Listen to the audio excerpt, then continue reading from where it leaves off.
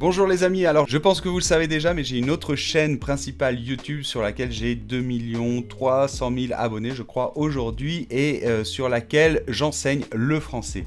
Or, je viens juste de faire une vidéo pour apprendre à mes étudiants à utiliser ChatGPT pour apprendre le français.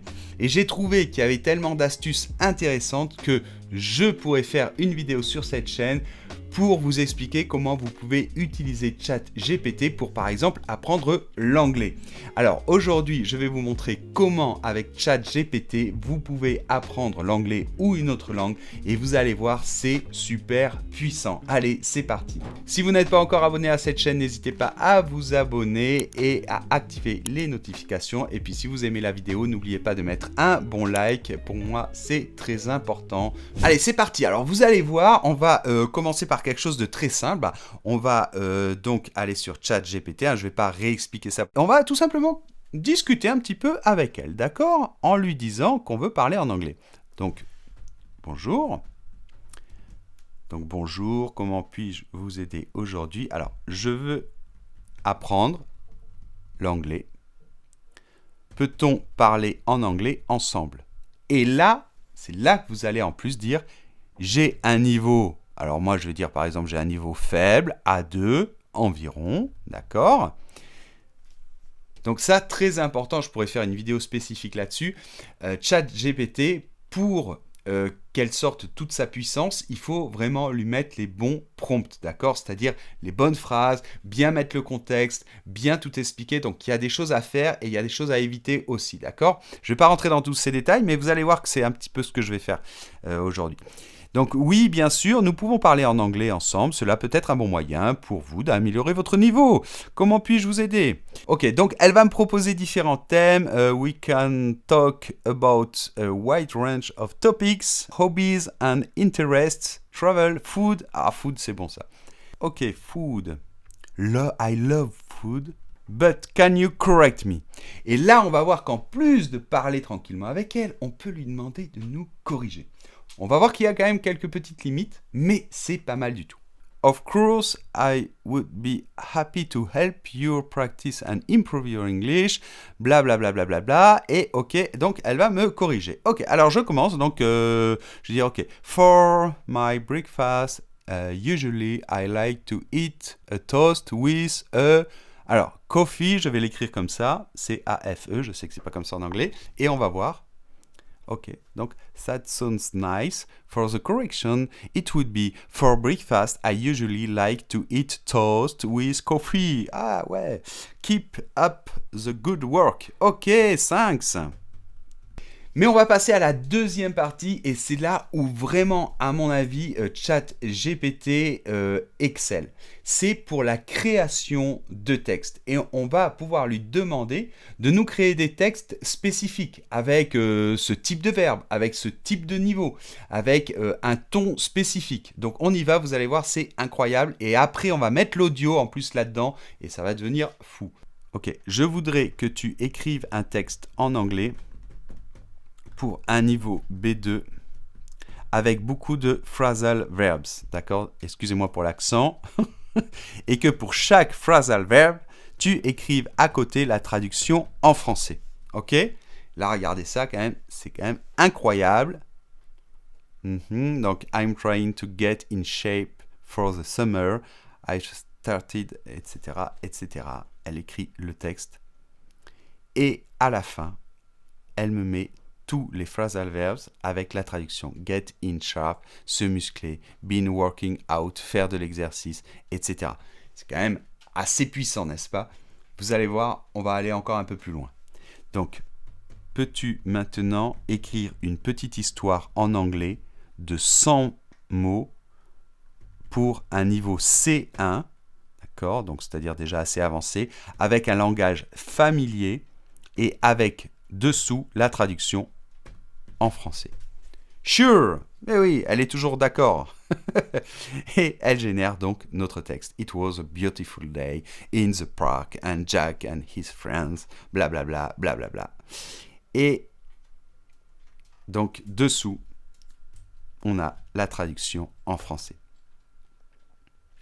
Et c'est là que ChatGPT vraiment excelle, c'est-à-dire que c'est quand on la laisse libre, ok? Quand on lui demande de faire des corrections spécifiques sur quelque chose qu'on a écrit nous-mêmes, elle a un peu plus de mal, d'accord? Même si elle s'améliore au fur et à mesure. Mais là, par contre, elle est super forte. Bien, maintenant, on va aller encore plus loin et on va mettre de l'audio là-dedans. Parce que oui, pour apprendre une langue, le plus important, c'est quand même l'audio. Ok? Donc, c'est parti. Regardez ce qu'on va faire. Peux-tu m'écrire un texte en anglais pour un niveau, allez, on va dire B2, avec beaucoup de verbes irréguliers au passé? Donc, imaginez, vous avez un niveau B2 environ et vous voulez réviser vos verbes irréguliers au passé, d'accord? Un truc typique en anglais, ok? Donc, au lieu de vous apprendre des listes comme ça, ben, vous allez lui demander de générer une petite histoire avec tous ces verbes, avec plein de verbes comme ça, hein? Et vous pouvez évidemment lui mettre une liste de verbes spécifiques. Bon, là, je l'ai laissé libre. Et elle va donc générer un texte. Sure, here's a simple text. Donc, last summer, I decided to take a break, blablabla, blablabla. OK? Alors, évidemment, hein, on aurait pu être beaucoup plus spécifique. Je veux un texte qui soit avec tel registre, etc. Mais bon, qu'est-ce qu'on va faire maintenant? On va faire un copier-coller de ce texte et on va aller donc le copier dans un générateur de voix. Et ça, c'est ultra puissant. Alors là, j'ai choisi un générateur, mais il y en a plein d'autres. Hein. Donc là, c'est Narakit, d'accord? Moi, je l'utilise. Donc, je copie. Je choisis la voix que je veux. Donc, on peut choisir la langue, d'accord? Donc, il faut mettre en fonction du texte. Donc là, c'est de l'anglais. Donc, je choisis de l'anglais. Mais je peux choisir anglais plutôt british, plutôt américain, d'accord? Donc là, je vais choisir un anglais américain. Et je peux choisir différentes personnes. Donc là, je vais choisir Matt, d'accord? Et c'est parti. Attention au résultat, roulement de tambour. Last summer, I decided to take a break from work and go on a road trip across the country. C'est pas beau ça? Et ce qui est génial, c'est que vous pouvez l'utiliser pour réviser.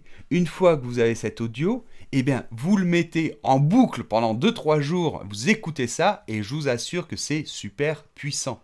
Alors, un autre exemple, je veux réviser, comme je l'ai dit, donc les phrasal verbs, ok?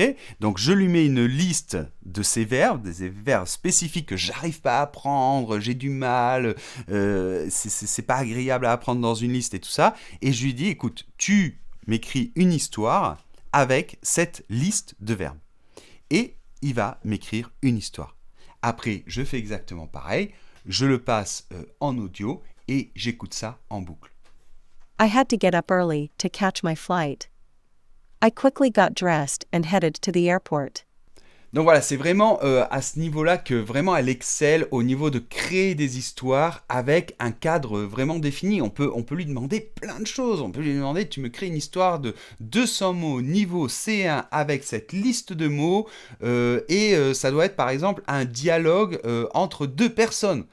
Aucun problème. D'ailleurs, c'est ce que j'ai fait sur mon autre chaîne donc pour enseigner le français et elle nous a créé un dialogue incroyable avec un vocabulaire super familier, voire de l'argot et c'était top quoi. Pour réviser l'argot par exemple quand vous avez déjà un haut niveau, c'est fabuleux.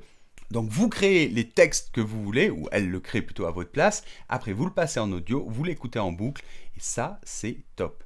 Donc bien évidemment on peut lui demander encore plein d'autres choses, comme par exemple, je sais pas, est-ce que tu peux me mettre la liste des verbes irréguliers donc en anglais, ok, donc aucun problème, mais ça c'est moins intéressant parce que je pense que finalement par exemple sur Google, vous tapez ça, vous tombez sur un site qui est très bien fait, vous avez cette liste, et donc là je vois pas en quoi ChatGPT est vraiment plus utile que Google ou que des sites internet, d'accord? Donc j'en ai un petit peu moins parlé. Moi je crois voilà, que c'est plutôt pour cette créativité dans un cadre précis et le transformer en audio que c'est super puissant, ou tout simplement parler avec elle, qu'elle vous corrige, même si on a vu qu'il y avait quelques limites au niveau des corrections, mais c'est quand même très très puissant et petit à petit en plus elle s'améliore. Donc voilà une application que j'ai trouvée vraiment très très intéressante pour ChatGPT. Donc si vous avez d'autres applications qui pourraient être intéressantes, que vous avez testé, des idées, etc. avec ChatGPT, mettez-les dans les commentaires parce que je pense que ça pourrait être super utile et je pourrais faire une vidéo là-dessus d'ailleurs, pourquoi pas. Donc voilà, je vous embrasse très fort, n'oubliez pas le bon like si vous avez aimé la vidéo et on se retrouve très bientôt.